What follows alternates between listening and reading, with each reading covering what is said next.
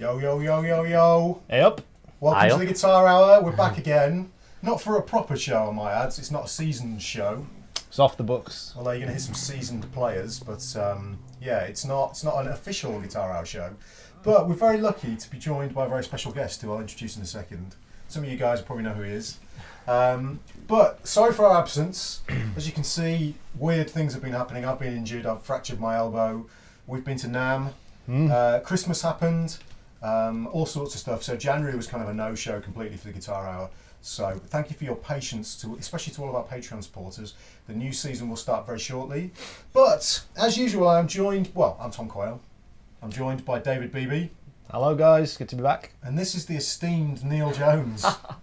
Esteemed. Esteemed First Neil time I've Jones. been called that. How long have I known you, Neil? It's a few years, isn't it? 2013.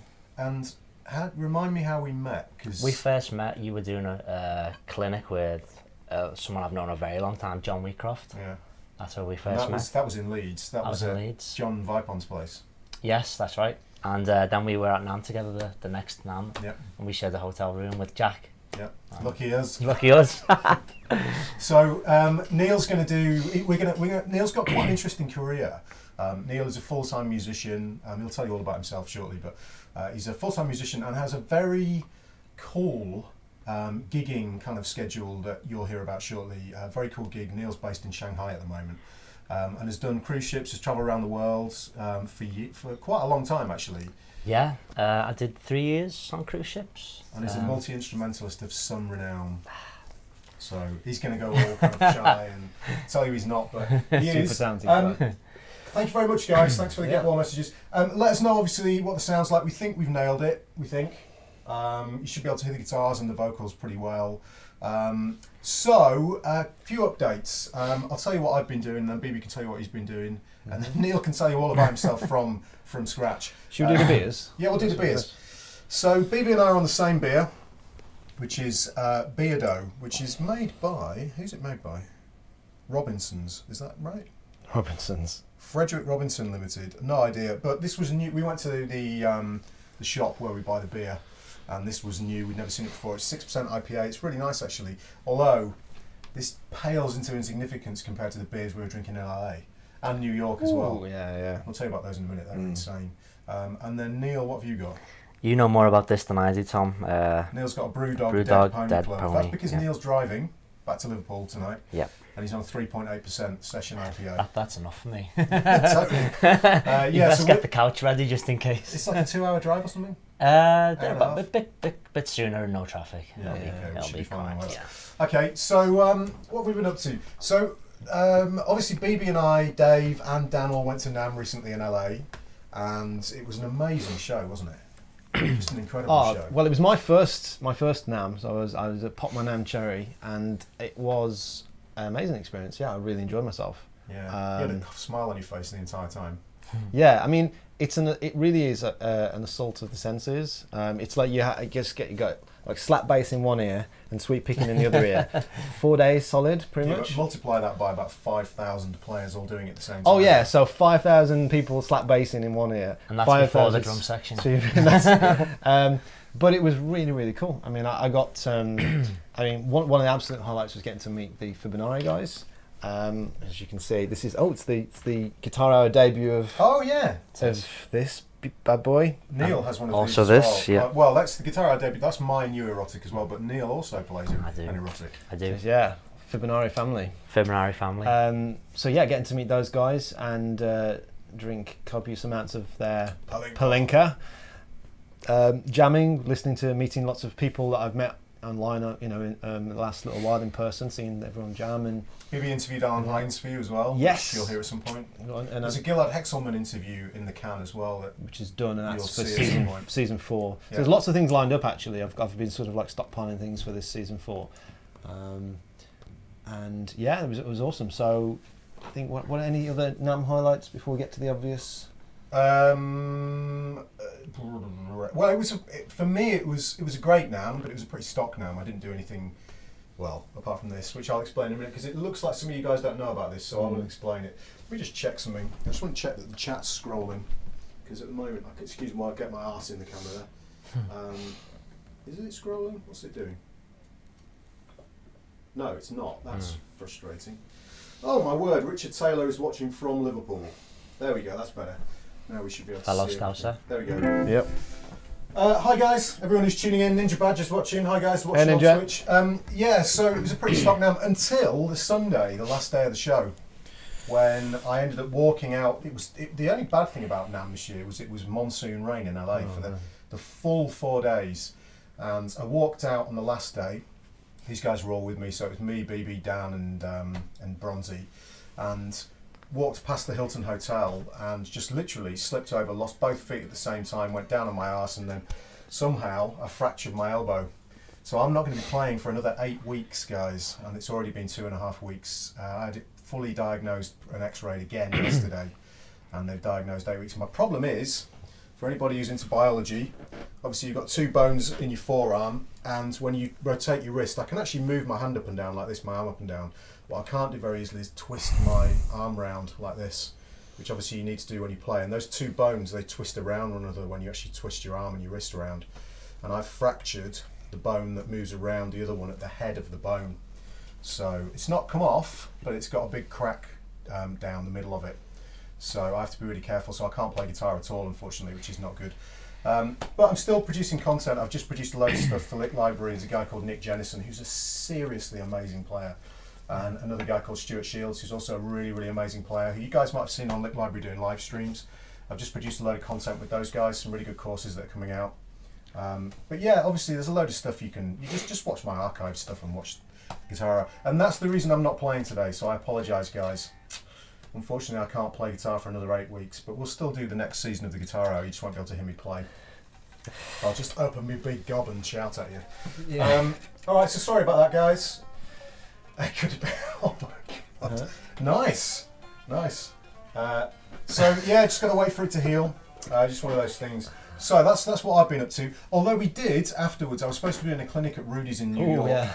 And we ended up, BB saved the day because obviously I couldn't play. We were doing a Fibonacci clinic. Super Beebs. So BB amazingly changed his ticket and flew to New York with us and stayed in New York for 4 days. 4 days, Four days, and did the clinic. I did all the talking. BB, well, not all of it, but the majority of the talking. BB did all the playing, and nailed it. BB's first clinic in New York at Rudy's, so not just some little dirty kind of dive, at Rudy's, one of the most prestigious guitar shops in the world. And he totally nailed it, so that was awesome. We do have footage of it. Thank you. I don't know if you'll ever see it. I don't know if BB will release it. Yeah, I've got the footage of it. So Yeah, you get to see it. BB did a really good job, and it was a Fibonacci clinic, so that's always nice. You get to see the guitars as well. We had a good turnout, which was great. Yeah, that was again like because the NAMM show experience was great, and then that doing the New York thing on top was obviously bittersweet. Cause I'm very concerned about Tom's arm, but from a personal side of things, for me, it was an amazing experience. I'm very grateful to obviously Tom and the Fibonacci guys for trusting me to do that. I had an absolutely incredible time. It's one of the best things I've done with playing the guitar so far, I think. So I absolutely enjoyed myself. I got to play with Magneton amps, all the Fibonacci range in my element, just like with gorgeous tone, just shredding my balls off. So yeah, I mean, in that scenario, without mincing my words, I'd have shit myself. BB nailed, which is great, really, really good. So hopefully you get to see that footage. We will get together with the guys from the Guitar Hour. We're going to do a stream next week, and then Thursday we're going to get together afterwards and arrange the next season. So it won't be too long before it starts again, and we'll do another 6 episodes of full-on normal Guitar Hour, so on and so forth, with maybe some new things and some guests and that kind of thing. However, we are joined today, I introduced them earlier, for the guys who've just joined us, by the illustrious Neil Jones. Neil Jones. Neil, I'll let him introduce himself in a second, but Neil's a phenomenal musician. You'll get to hear him play shortly, although I shouldn't put the pressure on. Neil's he's sick, man. You're gonna. I'm really good usually, honest. Yeah, so Usually me. why don't you? Because what we're going to do is do a little bit of an interview with Neil because he's got such an interesting career. We thought you'd be interested in hearing what he does, but why don't you tell us a little bit about yourself before we start Probing. questioning you? Almost 33, birthday next week. Younger than me, of course. I've been a full-time musician for 12 years now. Wow. I've done pretty much most kind of gigs. My career kind of went from being in an original band I had to deal when I was younger. Playing Glastonbury was one of the gigs I had done. Boa, we were called Boa.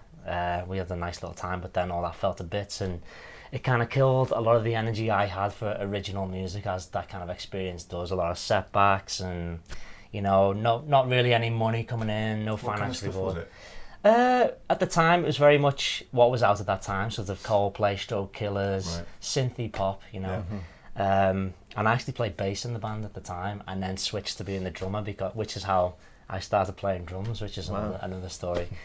But yeah, so we had some good times with that, and then after that, I guess you could say I became drawn to the financial sides of music. I started doing theatre gigs, lots of weddings, functions, all the usual kind of stuff. I've done 3 years on cruise ships, the same line as Dan Smith, and I've been a heavy gigger for a long time. But fundamentally, your entire life is funded by being a musician. Absolutely. Yeah. That's really quite incredible, because did you remember you saying that last year you did upwards of nearly 300? Almost 300 gigs last year. 300 gigs. Yeah. So there must have been a few where you've done 2 or 3 a night. Yes.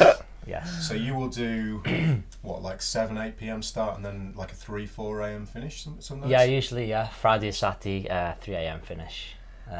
We wouldn't. My resident band, we used to play every Friday and Saturday, and we would start at 11 and play till 3.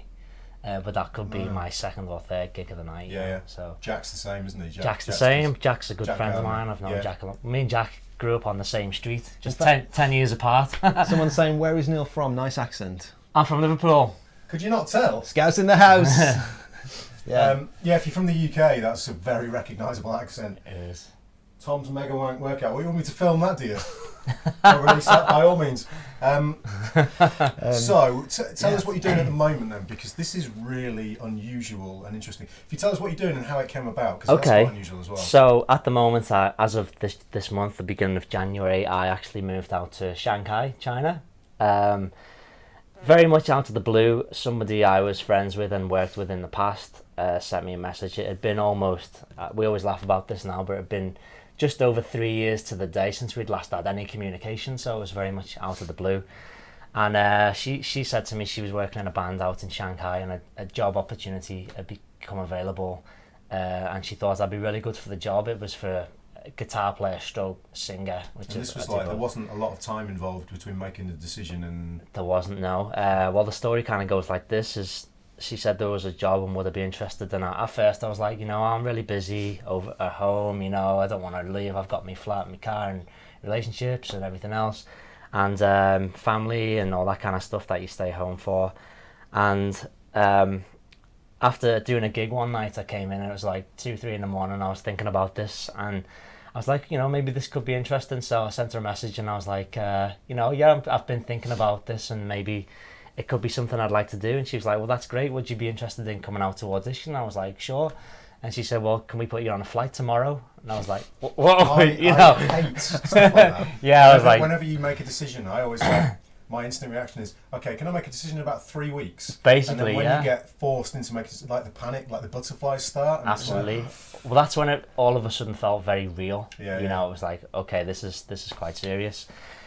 So I flew out. It took me 2.5 days of travel to be in China for 24 hours. Just the return journey, in total was... Oh, yeah, right. Yeah, I thought you meant it took you 24 hours to get there. So, yeah, 20.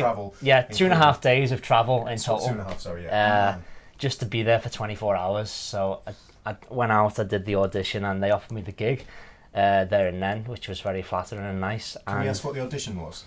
Yeah, guys will be interested in this because we get a lot of guys who want to watch the show who want to get into this kind of thing and are interested in the real life of musician. Yeah, the audition. Well, I got like literally 24 hours notice with a list of 5 songs, which were generally across the board covers, a bit of Tower of Power, Earth, Wind and Fire, over to Jump by Van Halen was one of the tunes. So versatility was quite an important. Now, did you already know those songs? Because of your I knew. I had the ones that I didn't know. I had vague, not listening knowledge of. So that goes a long way. Yeah. And were they on? Sorry, were they on the day that you got them? Like, or did you have any idea of what you might be playing? No, it was in advance. You got them in advance. I got the songs in advance. Right, Yeah, like 24 hours in advance. Sorry, yeah. So I was kind of juggling gigs that I was doing at home between other commitments, between trying to learn songs, between getting on a plane. So it was all happened very quickly. So fortunately, as Tom mentioned, that a couple of the songs I knew already. I played them before. You know, there was a couple that were in a different key. So if there's any specific parts, you know, it's like if it's just, you know, you can use a number system with the chord stuff, but it's got specific parts you want to spend a bit of time transposing those. But it wasn't anything too challenging, and I had to sing a couple of songs because that was another requirement of the gig. Backing vocals or full on? Lead vocals, yeah. Lead, vocals, oh man. Yeah. You can do that too. Which is something I've been used to all year, so yeah. Absolutely. Not easy to play drums and bass and guitar, you can sing as well. That's another thing that was an interesting career move, which I noticed Martin Miller's singing recently, and he sounds incredible. Very good as well, but that was a career-changing moment for me, was when I decided I was going to sing. About 3 years ago, I'd done a video and I put it on YouTube where I was playing all the instruments, and it was my first ever lead vocal. So I made a conscious effort to say, because really inside I wanted to go, I'm not really a singer, but you know, but then I was like, well, I don't want people to judge me based on that. I kind of wanted to just put it out there. No disclaimers. Exactly, and see what the reception was, and it was very well received. And so I decided that I was going to, you know, pursue the lead vocal thing, and for the past year I've been doing it, and it's been career changing. But is that with? I mean, could you already sing? I mean, obviously you could already sing because you know, like I can't sing at all, and I don't think lessons would help me that much. It's just the nature of my voice. I've got like 3 notes here, nothing, then 3 notes.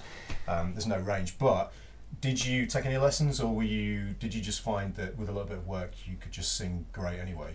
Both. I still don't ever, you know, it's been I never consider me. If anybody asks, I would say you wouldn't. I wouldn't. Yeah, I say I'm a You've guitar. got that British deferential kind of like, oh no, I'm not. Yeah, that good. I'm not that good. I always say to people, I'm a guitar player who sings, not a singer who plays guitar. Yeah. So you know, that's my disclaimer. But lead vocals, so I mean, there's got to be. I've not heard you sing actually, but yeah. We can check that out later. All right, cool. You mean after the stream? After the stream. Oh no, you can do it. There's enough pressure here as it is. Yeah, no, fair enough. So where were we? I went out for the audition in China, and they offered me the gig, and that gave me about 3 weeks to prepare to move my life to the other side. And this is like, I don't know if you guys got this or not, but I don't think you mentioned it. This is not for a gig for like 2 months. This is a year of your life. This is a year, yeah. And total culture shock. The way this works for me is what's called a freelance priority contract. So I have a retainer, which means my duty is to prioritize the gigs with this band. Any commitments that come in, I do them. As it happens, there's very few. So what I would consider few, you know, with my usual gigging schedule. So it gives me a lot of free time to to get involved in other projects and explore China and Asia. And obviously, right now I'm in the UK for 2 weeks because I've had a break in the diary where I can do that. So it's a nice position to be in for sure. Nice. So the stuff is all covers. All covers, yeah. And it's a 10-piece band. It's a 10-piece band. What, like, this is probably a pain in the ass to ask, but what's the lineup? Because a 10-piece band is. So I'm assuming it's a horn section. It's a 4-piece horn section. Drums, keys, guitar, bass, and 2 lead vocalists. And how big is the repertoire roughly? Huge. Songs in 5 different languages.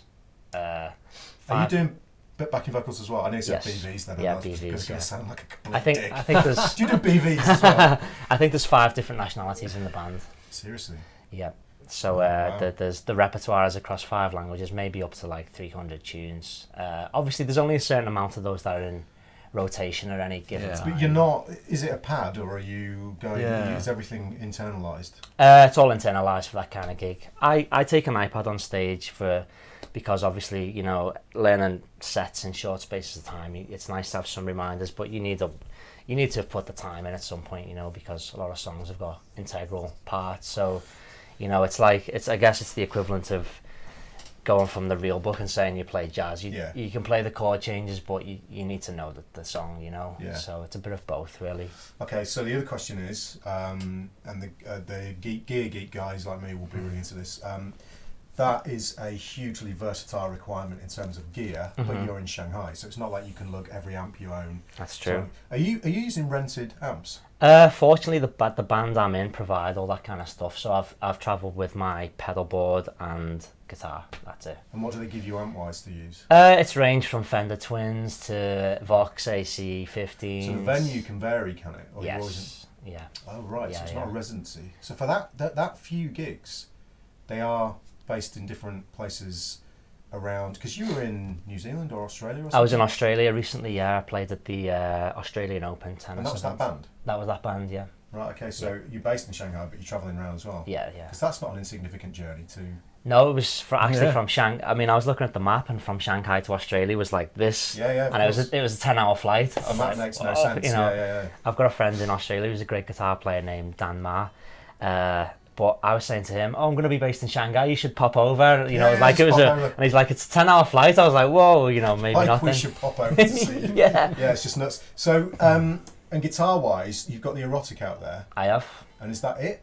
I've got a Can't Fender be. Strat with me as well. I was going to say Yeah. it can't be. Yeah, you've Yeah, got to of have course. something standard. A and Strat, stuff. yeah. Just in case. Neil's Erotic is basically this guitar Mm-hmm. with some slight spec changes, right? What's That's the correct. difference? Between this and Is that, it an open is- coal neck? it's an oven call neck. I think it's very Yeah. similar. except Very the top. similar. Um, I've got the bell top. Yeah. Mine So is the blue. Burl top is the one that looks like a Kind Hubble bubbly. space In fact, telescope. yeah. Telescope kind of vibe. Yeah. There's not one in here, is there? No. Is Well, your- there is, but Oh. it's covered in gold. Yeah. Okay, yeah. So mine's the bell top, oven call neck. I think it's an ironwood fretboard. Yep, same. Very Yeah. similar to this guitar, yeah. Same And the pickup wiring. configuration. Two Yeah. humbuckers? 2 humbuckers, yeah. Same switching, yeah. And you've got a new one. I have a new one in the making at the moment, yes. Describe that one for us. I don't want to give too much away. Okay, no, that's fine. No, that's fine. Absolutely fine. It's gonna be special, I think. Okay, very Yeah. nice. Okay, seeing as I can't play, do you guys want to have a little jam and Yeah. then we'll continue with some other discussion? Yeah. Okay. So, in terms of the way these guys are hooked up, Neil is playing my new Erotic, which is basically an older body, just a single piece older body, that's finished by a Hungarian artist, a guy called Oliver Sin, who has done really amazing hand painted kind of finish on there. And it's a maple neck with an ironwood fretboard, stainless steel frets. You guys have both got stainless steel frets. Yeah, I'll So go. Fibonacci now offers, it's not meant to be a Fibonacci advert, but just telling you the specs of the guitar, they now offer stainless steel frets. Humbucker single with a floating bridge, 2-point floating bridge. So it's a very cool guitar, very, very easy to play. The tension's not very high on the guitar, so it's very, very easy to play. And obviously Neil's got it in standard tuning.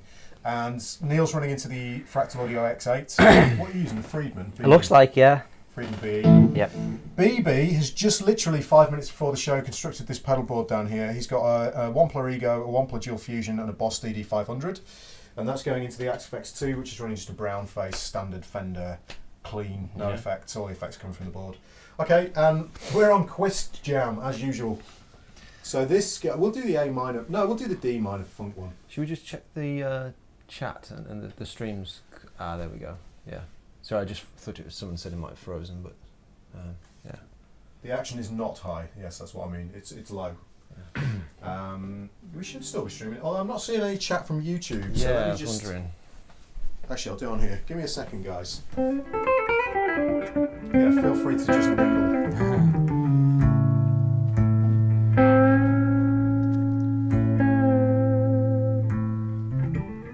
It's quite cool that you can play in that position. Yeah, I didn't realise I Quite- couldn't. Yeah. Vertical. Are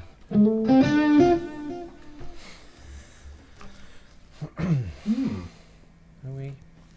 I don't know. If anybody's on YouTube, tell us if it's working. I'm not convinced it is. Oh no, it is. It is working. Yeah. Yeah, we're on. They're just not very chatty. Ah. All right, guys. So we're going to do this. These guys are going to play over D Dorian. For the guys who've just joined us or have not heard what's going on, I've fractured my elbow, so I'm not playing. I've got the ultimate disclaimer. That is a pretty good disclaimer. Yeah. So it's going to be another 8 weeks before I can play guitar. So this is Quiz Jam. This is jazz funk backing track in D Dorian. We If you have the words jazz and funk heard this together- track yet, have we? No, there won't be any changes in it. If you have a jazz funk thing, it's always in D Dorian. All right, here we go, guys. You're the guest. Take it away. It is, okay. Looks like it's gone to 4. Yeah.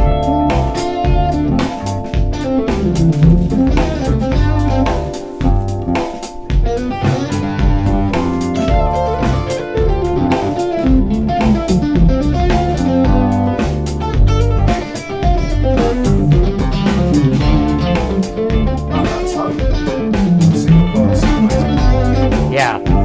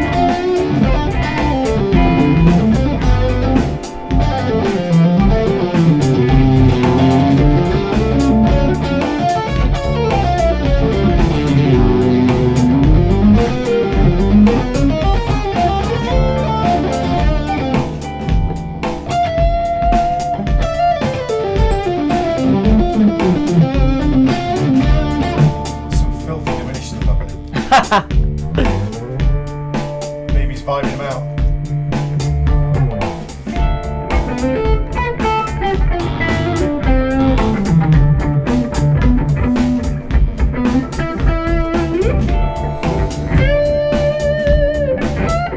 Play that flute, baby.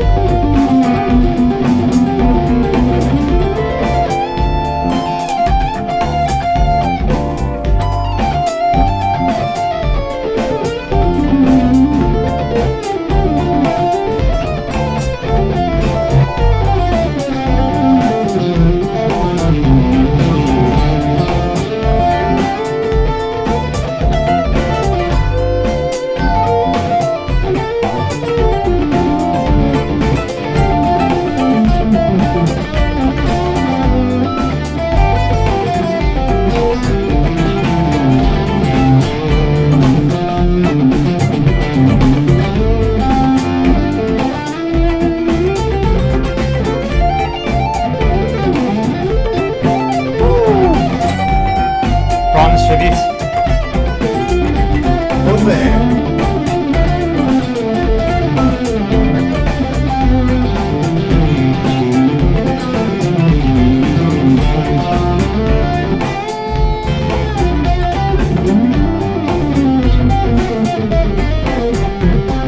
Play tens.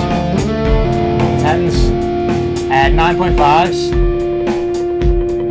So, kind of, it feels okay. Nice.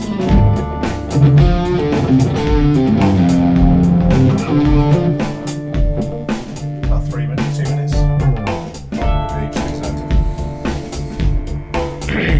going to hit the red as well. Uh-oh.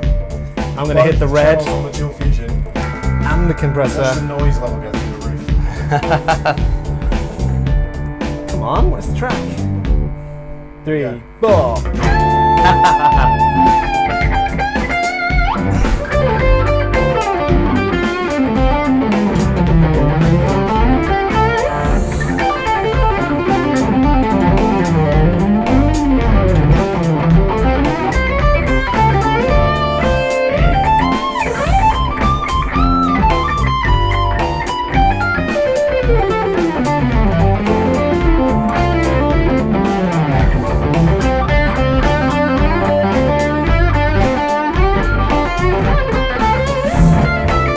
That is some fast picking. I'm the wrong guy for that.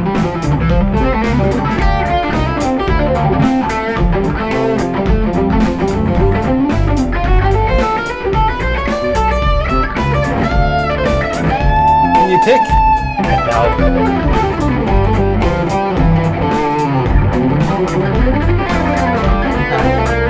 Yeah. Oh, it's total Nothing wrong with that. Nah, come on. Channel 1 sounds so. What you got left? Trade? Yeah, it's true.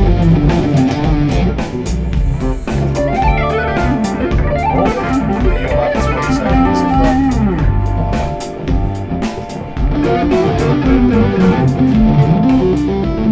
That's the fade out. Good job, sir. So there you go, ladies and gents. I give you Neil Jones and David Beebe shredding their tits off. Can I just say that of all the gigs I've done, this is the most nerve-wracking gig ever. Funnily enough, I remember you did a little experiment with live streams, didn't you? When was Yeah. that? Was like a few months ago. That was September when I first got my Fibonacci. I remember you saying. I was I can't remember if it's I to was me like, personally or whether you were saying generally. One of the most nerve-wracking things you've it done. really is. It's an interesting yeah. thing because you like in terms of stage fright, do you get that? Absolutely not. Sometimes I wish. I mean, you I can't- wish that I got that because I kind of miss that adrenaline, excitement of playing to a live audience. Yeah, you I know? don't get nervous when I play in front of people No, at all. but the most nerve-wracking thing for me is playing in a room with two amazing guitar players and an audience of guitar players. The biggest problem with this is, you guys probably are fully aware of this already. In fact, Cy King was talking about this yesterday. Or was it today? This morning? Do you know you put a Cy? post. Yeah, I know. Well, I know him through Facebook. Yeah. Big Well, freak. that Cy guy's Cy amazing King is musician. amazing. But Cy was saying one of the reasons Super why. freak, yeah. Oh no, actually, it was Nick Fark who mentioned it. Cy was saying how great live streams are because they're very honest. But Nick, another friend of ours, Nick Fark, is a great guitar player as well. We'll probably at some point get him on the show. Yeah, I keep saying, I keep asking. we're just but, trying to schedule it. Yeah, we need to get him on. Because Nick has an interesting career as well. But Nick was saying that one of the things that makes him nervous about it is the fact, I think it was Nick anyway, the fact that it's recorded forever. Unless you delete the video afterwards, Yeah. it's not like a live gig. It's because Yeah, yeah. well, you it watch can back. be. Yeah. Like there are some things now. Like I think Instagram Live, just there's no recollection, there's no recording of it, so you can only watch that live and then it's gone. Yeah. So there are services that do that. It's an interesting one though because, I mean, I think I've said this before. Like I think that before, the very first guitar hour, you've probably done better than I have because the very first guitar hour that I came and guested on, I like vomited in the McDonald's around the corner beforehand. Yeah, I mean, Dan and I used to get really nervous before we did the guitar hour, but that was more to do with, it wasn't to do with playing. It was more to do with the fact that you might live on camera run out of things to say and have this. Like when you're on the phone, I feel like when you're on the phone, you need to keep the conversation going. Because Yeah. pauses on the phone feel way more weird than they do in person. Like Yeah. when you're down at the pub, there are natural pauses and ebbs and flows in the conversation. But when you're on the phone, you have to keep it going. So I have the same with Skype. With Skype lessons, I feel like I need to talk all the time. Yeah. Especially because of the delay in Yeah. Skype lesson, and you end up talking over each other. Yeah. With this kind of thing, again, sort of gaps in the conversation because you feel like you're almost entertaining people. It feels very weird if you run out of things to say, and that's what used to make us nervous. Yeah, I think one of the things with my live streams and my personal ones is that I kind of, what's been really useful about it, well, there's several things, but one of the things is just to offset some of that awkwardness, is just to be really upfront about what the purpose is. Like, this is very, I think someone made a comment, I think on Si's thread, about it being something of a bit exhibitionism, like if you just practice for 2 hours or something. And I kind of get that, but like, one of the things that I really liked is that it is like an opportunity to get rid of some of those nerves and stage fright thing about playing to people, because I suffered massively from it. Not so much playing, not so much like doing the sort of function gig thing, because I mean, you probably know this, like there's very few musicians in the audience, but playing to other guitar players, or even just things like trying out gear in a music shop, I just like crumble. Yeah. Funny enough, I mean, like, we've talked about this before, but I find it way easier playing in front of guitar players than which is so the most nervous I've been for a gig in a very long time, when Martin and I did a little European tour. We played in Germany, and it was a duo gig, and we did a gig at an art gallery, and there were about 250 people there, and probably 2 musicians in the audience, whereas every other gig we did was full of guitar players. And the thing is, what I find is I know what I need to do when I'm in an audience with guitar players. Do the thing, do the thing. Yeah. Whereas with an audience of non-musicians, you have to play stuff that communicates with them. Yeah, well, that's the exact word. It has to communicate with them. Otherwise, you can't just do the stock guitar-y thing. Not that there's anything wrong with. I mean, that's my bread and butter. But man, it's a lot more nerve-wracking. And they will give you a much more immediate response as well. Yeah. You can see if they're bored or, you know. Well, the thing is that for me, that if I'm nervous, the first things that go are phrasing and technique.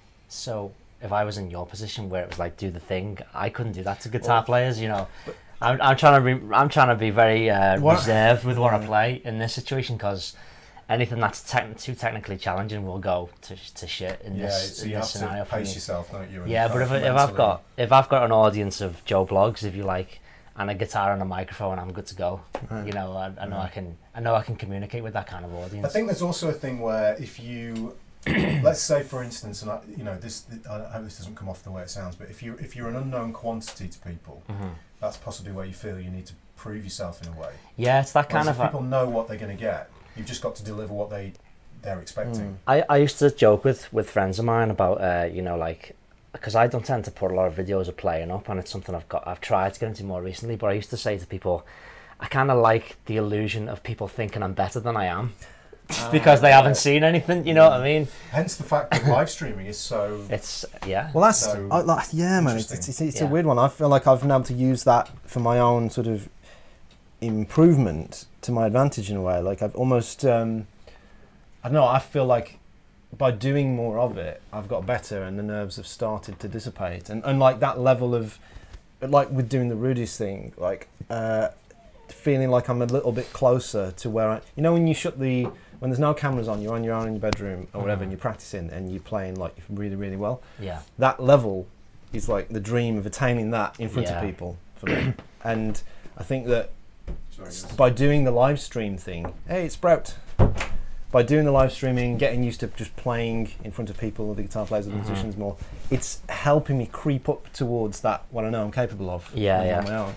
I think for me that a lot of it is like, obviously with the internet, there's so many guitar players putting videos out there, and whether it be 15-second clips or wherever, there's some phenomenal players out there. So you feel like you've got to, in order to just have the respect and for those people to give you the time of day, you feel like you've got to be playing a particular way. And you know, I think you feel like people will not even so much communicate with you so much if they feel like your playing isn't up there. But I think the reality is, like, a lot of guitar players, the better players and musicians in general, tend to be the most humble guys. Absolutely. And the most welcoming guys, you know. You know, the guitar community is seen as being quite a standoffish, kind of egotistical place, but actually, like the people we know, I found it so nice. Andy Woods, Martin. I'm a huge Andy Wood fan. Any of those guys, that's the right, I can only do it with one hand, but that's the right motion. I mean, these guys, none of them have an ego. Yeah. And these are guys who are, like in Andy's case, this is a guy who's playing with some of the biggest bands in the world. Yeah. Especially when he was playing with Rascal Flatts. And that guy's got no ego at all. He's just the coolest guy ever. He's got signature gear. He's got endorsements with companies left, right, and centre. You know, the guy is just a cool little guy, and you find this. The other thing is, I was thinking about what you were saying about kind of these days when you put videos up and you know you feel like the pressure that you feel these days when you put video up. Yeah. When I started doing it back in 2007, there was none of that at all because nobody was paying. You'd put a video up, you get 15 views. Yeah, yeah. Man, I'm just thinking if I had to start doing it now, it'd be very intimidating. Really? Really intimidating. Yeah. Interesting. You've got a sprout. Don't look my erotic. So, do you reckon you'll do some more live streams? I would like to, yeah, if I can get over that sort of nerves of doing it, which I'm sure it's kind of one of those things you settle into it as it's going, you know. That was your experience, wasn't it?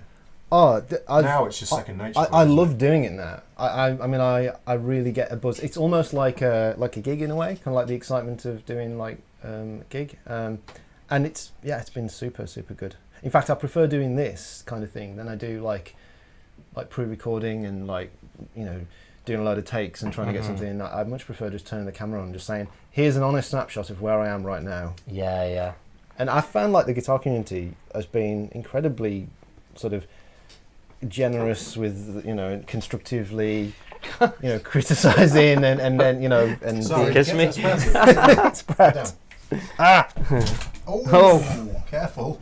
You know, it's been really like welcoming. I mean, I've only really relatively recently been sort of like part of it during the last year or so, but I feel like, you know, with I guess the odd exception like anything, but overall you guys have all been very welcoming of me appearing on this show and like doing what I'm, you know, encouraging what I'm doing. So I think, did you have any difficulty with like if there wasn't so many people watching or commenting? Did you feel like, oh, it must not be good enough? I failed. Yeah, I failed. Yeah. No, because what I said when I said how to do with the Facebook streaming was just to, it was like, I think I started it right at the very beginning of when all the live streaming started. Maybe it's just coincidence that I kind of came on to doing it when this started. But what I gave myself as the opportunity to say, here's a little window into the world.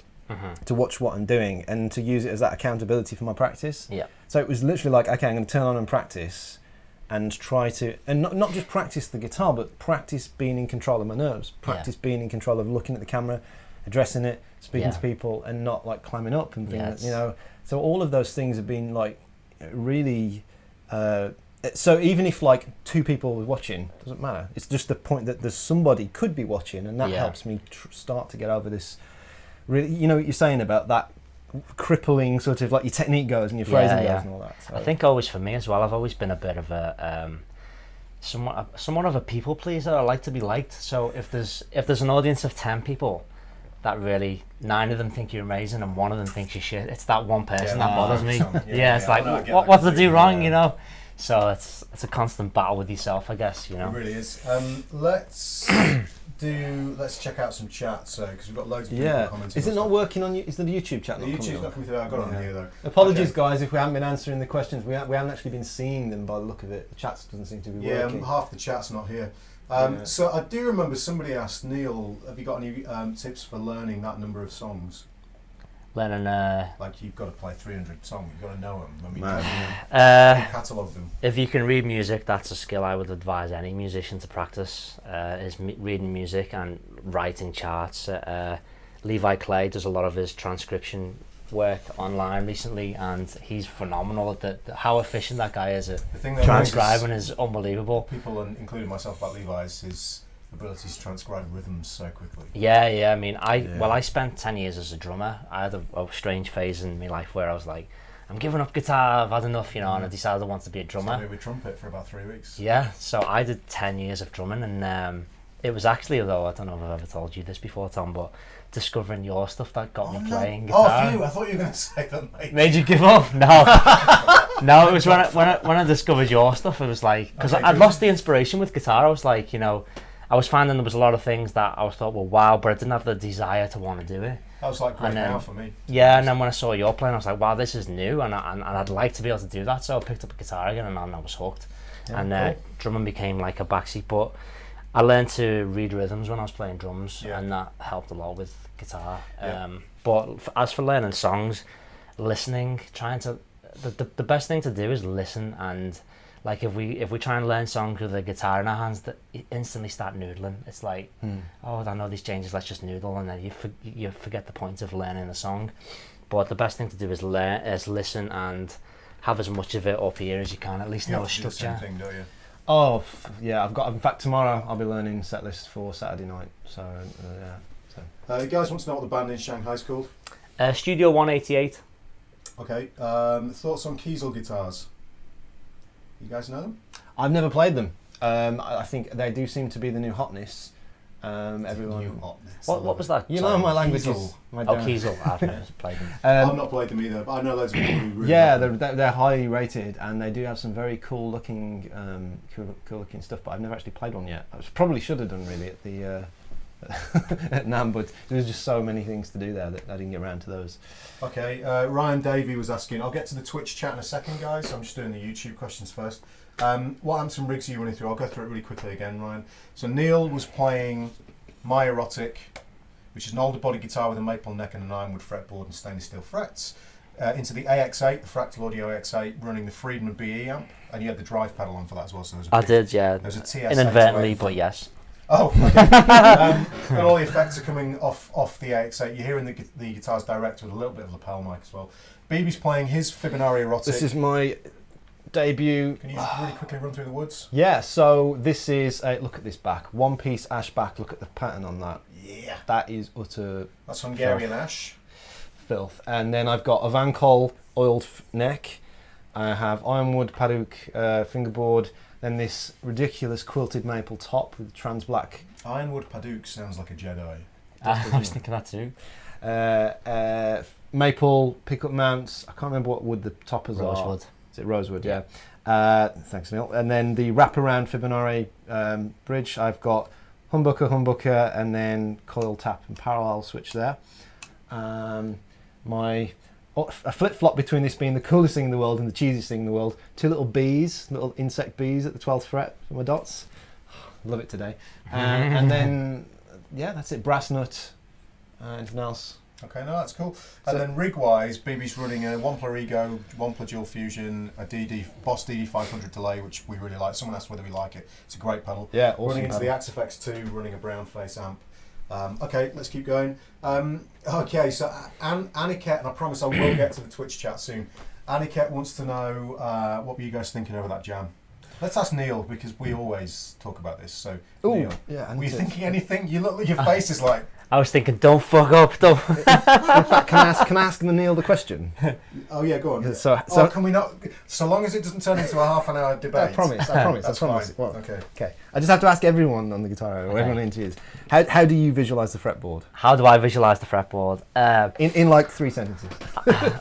I tend to see different positions in the fretboard based around different things. So, for example, we were playing in D. So around this point, I see the basic minor pentatonic, and then around that, I see the Dorian shape, and then I can see the kind of C major scale. And then when I get to here, I can see the D minor 7 arpeggio. Okay. And I can see the scale based around that. Same for here. I can see. So you've got like anchor points that hang on. Yeah, I've got visual anchor points. Yeah, visual references points where everything else comes from that. And cool. I've been trying a lot more recently to work on the seeing the root note and seeing everything from there. Gotcha. Right. But I'm a little bit slow with that currently. Can I ask one follow-up question? So, when you're playing like for Dorian and that, when you go for the Dorian notes, are you in a process where you're thinking of what that interval is then, or is that like a part of the shape for the Dorian scale? No, I think about the intervals definitely, cool. and I try and think about when we're talking Dorian, it's like the major 6 that makes that sound. So I'm trying to as much as I can get that in there, and you know. There is no smiling because BB has to ask, and I think this is a good thing. BB has to ask every guitar player how they visualise the fretboard.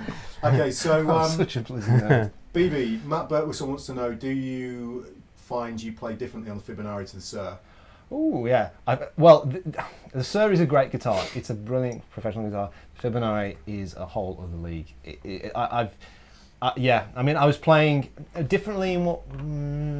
I find I play more confidently. I can play. It's definitely more of a speed machine than the Sir. The Erotic in particular is an incredible, almost like the perfect guitar, modern guitar in my opinion. It's absolutely incredible. I would second this opinion. It really is, I know we're all Fibonacci boys, Yeah. but it really is. If you ever get a chance to try one out, is it Matt Burtwhistle? Matt was asking. Yeah, if you ever around or up this way and you want to come and play on mine, welcome to. They're amazing. Okay, right. Twitch questions. Where did YouTube cut out there? Okay. Hey, can you play any Clash songs? Can actually. Right, that was the question about does Neil have any tips on any cover tunes? Let's see. There were a few things on here. Any tips on how to avoid injury to your fretting arm? Yeah, don't go near the Hilton Hotel in Anaheim on a wet day.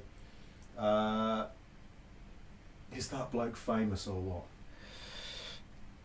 Maybe there weren't any questions on here. What happened to Tom? I fractured my elbow.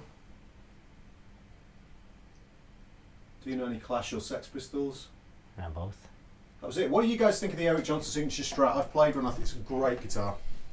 Really good guitar. Okay, anything else? Oh, BB, any updates on your lesson pack you've been putting together? Yes. Every time I sit down to do it, I get another job. So it's all filmed, it's all edited. I've got to put some titles in, I've got to put some transitions and stuff, all of that is, wrap it up and send it to Fastspring. So I have a week off the week after next in my half term from school. I'm going to sit down.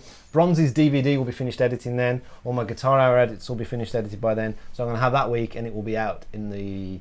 What's the date then? The 24th, is it? Something like that at the end of that? Okay. Yeah. If So it's then- not, I promise we will tie him down and punch him in the face. Yeah, please do. Because he's taken ages for this. Yeah. Well, I keep getting jobs to do. I keep getting... We won't talk about Tom Quayle's album. As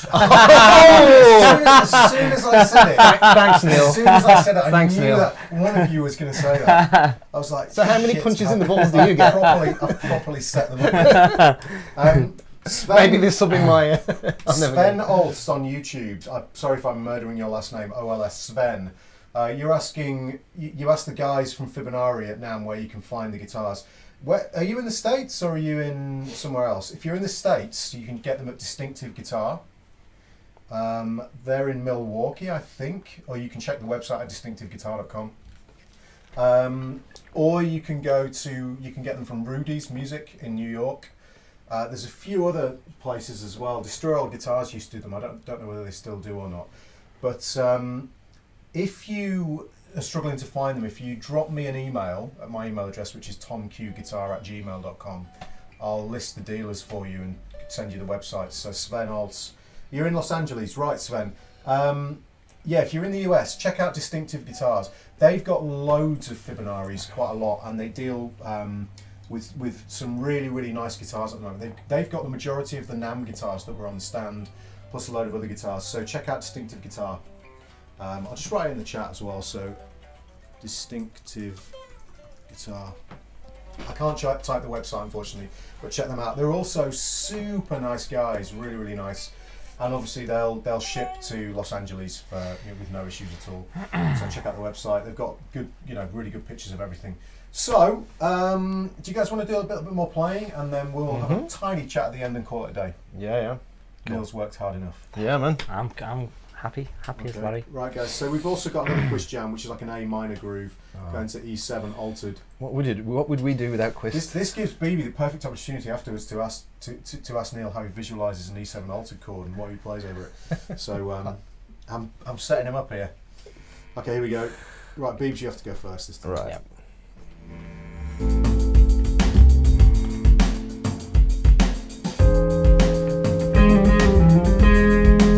Oh, tasting.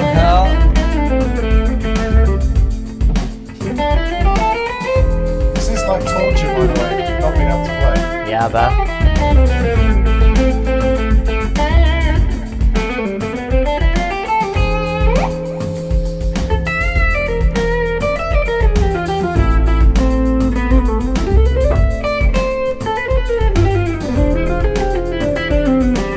Well,